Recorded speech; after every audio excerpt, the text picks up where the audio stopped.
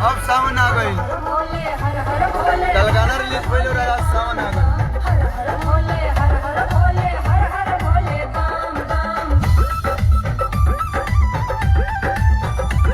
हर हर महादेव। सब लोग को नमस्कार, सब लोग को प्रणाम। मन पर बेरी बेरी फोन हो, हम तो भीड़ भाड़ में रहब तुमे लोन हो। देख ले लोग गांव के सीन जे भी बाहर बा।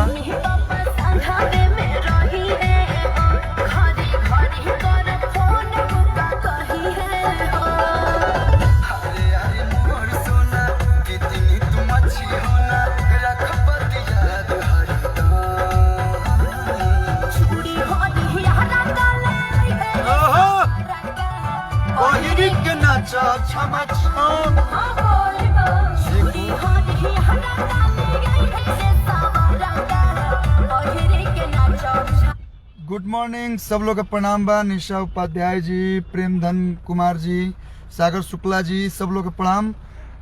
गुड्डू भैया चरण स्पर्श, बालाजी विनायक, और ये रहे हमारे चाचा जी। ये नमस्कार, प्रणाम। ये वही गुड्डू चाचा है जिनके बारे में बताता हूँ कि जिनके ऑर्केस्ट्रा ग्रुप में मैं गाता था, माँ अम्बे ऑर्केस्ट्रा ग्रुप। और आदमी को वो नहीं भूलना चाहिए कि हम क्या थे।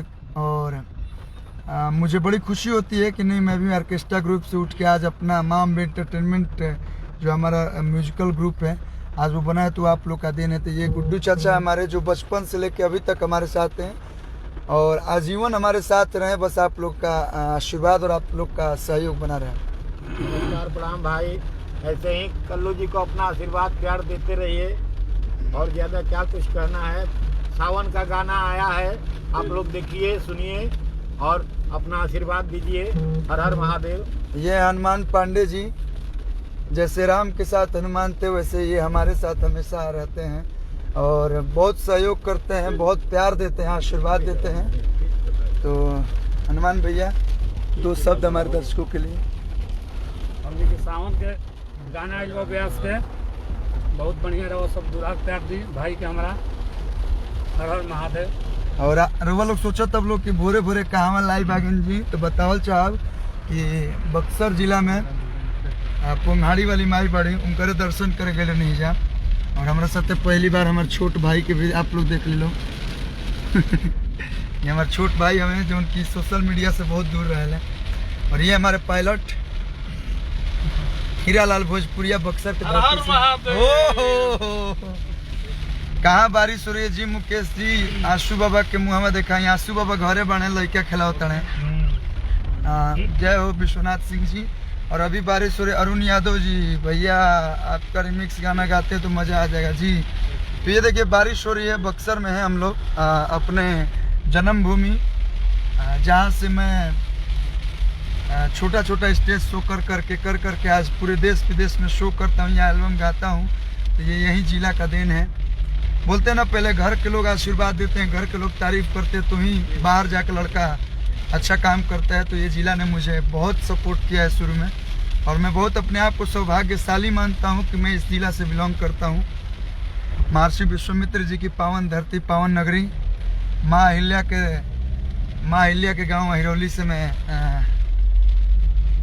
हूँ। तो बहुत बहुत खुशी होती है। तो सोचा आप लोग को भी गांव का सीन दिखा दो। अभी पुंगाड़ी वाली माई क्या गया था, पुंगाड़ी वाली माई सब अपना आशीर्वाद सभी पे बनाए रखें। और आइए हम मुद्दे पे आते हैं कि आज हमारा कल ही शायद हम गांव में थे तो नेटवर्क नहीं था, इसलिए बताना भूल गए। कल आदिशक्ति फिल्म से गाना रिलीज हुआ है, चूड़ी हरिहर का ले हेरे संवर का। तो आप लोग वो सॉन्ग को सुनिए, डिस्क्रिप्शन में मैंने लिंक भी दे दिया है। सावन का पहला सॉन्ग है काल बरविंद के बढ़िया भाई प्रिंस तिवारी। चूड़ी हरिहर का ले हेरे संवर का, पहिरी के नचब छम छम, बहुत ही प्यारा सॉन्ग है। और उम्मीद है कि आप लोग को जरूर पसंद आएगा, क्योंकि आप लोग जो पसंद करते हैं या आप लोग जो प्यार देते हैं उसी के बदौलत हम सभी लोग हैं। और कोशिश करते हैं कि हमेशा अच्छा अच्छा गीत गाएं और आप लोग का एंटरटेन करें, मनोरंजन करें।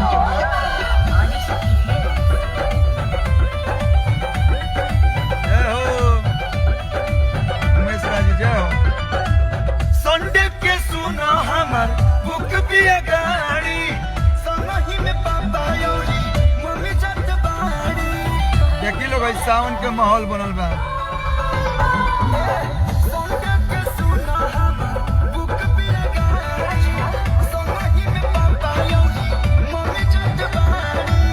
बड़ी मशहूर होला ओही जाके संखा बोला औरी बोली चाहिए का सुनो नहीं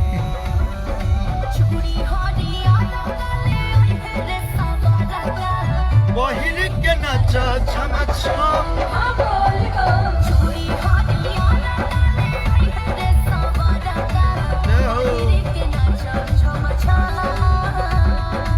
तो जे भी नहीं के सुन ले वैसे तो बहुत सारा प्यार आशीर्वाद मिला था। 9 लाख व्यूज भी क्रॉस कर गए बा और व्यूज से मतलब नहीं के आप लोग के जौन प्यार मिलेला नु कोनो भी गाना रिलीज होला और आप लोग कमेंट में लिख दिन लोग कि वाह का गीत बा। वैसे तो 10 लोग हमू जानता नहीं कि बढ़िया ना कहे क्या कि कुछ लोग बा सबके अलग अलग सोच बा, लेकिन 10 लोग में अगर 8 लोग भी बोल देला कि बहुत बढ़िया लगा था तो बड़ी खुशी होला आप लोग के कमेंट्स पढ़ के और एगो नया हिम्मत मिलेला। और एक चीज़ और कब कि बहुत बहुत धन्यवाद दिल से बहुत बहुत धन्यवाद कि एगो हमारा नाम के नया रिकॉर्ड आप लोग बनौनी लोग। हाँ वैसे तो हर कलाकार के एगो नया रिकॉर्ड बा, लेकिन वर्ल्ड वाइड रिकॉर्ड से जो हमारे गाना एगो आयल रहल नेनुआ ओकरा के आप लोग 4 दिन में 11 मिलियन यानी कि 1 करोड़ 10 लाख व्यूज क्रॉस कर लो। एक खातिर दिल से धन्यवाद। और नेनुआ खाई लो, नेनुआ के सब्जी हरा सब्जी खाए के चाहिए। अभी तो डॉक्टर भी कहता है कि हरा सब्जी खाना चाहिए। तो दिल से धन्यवाद और नेनुआ के पूरा टीम के तरफ से आप सबके बहुत बहुत धन्यवाद। नेटवर्क इशू बा गाँव में बानी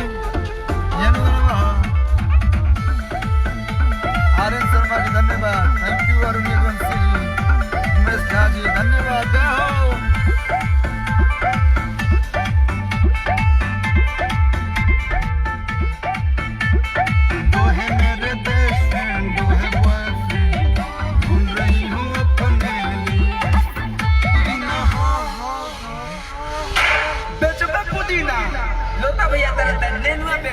लेला नेनुआ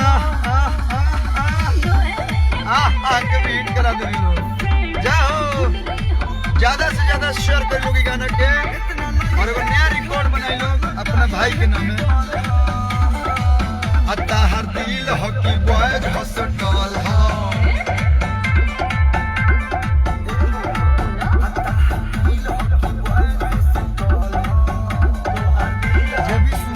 जे भी देखता है गाना के खूब शेयर कर लो। एगो नया रिकॉर्ड बनाई लो और रिकॉर्ड बनाई लो फिर हम नया गाना लेके आए रिकॉर्ड तुरे खातिर। Thank you Govind Kushwaha ji. और चलिए भी हम गांव में बानी, गांव में नेटवर्क के रास्ता में बानी तो नेटवर्क के बहुत इशू होता है, वैसे भी बारिश भी होता। आप लोग देख ही लो बारिश बहुत तगड़ा हो रहा बा।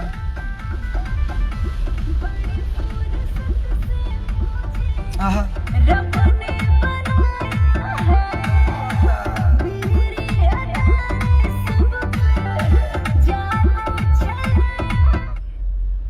बहुत बहुत धन्यवाद जितने लोग जुड़े। अचानक हम अचानक ही लाइव आ जाते हैं। अब कब मौका मिल जाला कब मूड बन जाला भैया लोग से बात करे के तो बतावे का मौका ना रहला।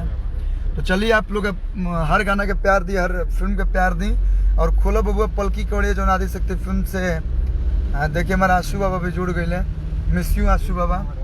आदि शक्ति फिल्म से जो रिलीज भेल बा खोलो बबुआ पलकी कौड़िया जो हमने के माई बहन गीत के लोग वही गीत के हम अपना मूड में गौनी और ओके भी आप लोग प्यार देने लोग। तो दिल से धन्यवाद। Nice look, thank you. चलिए माई अपन कृपा आप लोग को बनौले रहस। और सावन आ गई बा तो सावन के एक से बढ़ के एक गाना हो सकेला काल या परसों शायद एक गाना और आए आप सबके बीच। तो असही अपन आशीर्वाद बनल रहे लो।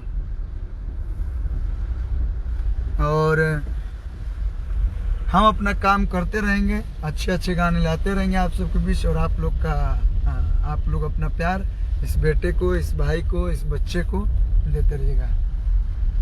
जी धन्यवाद। Love you all.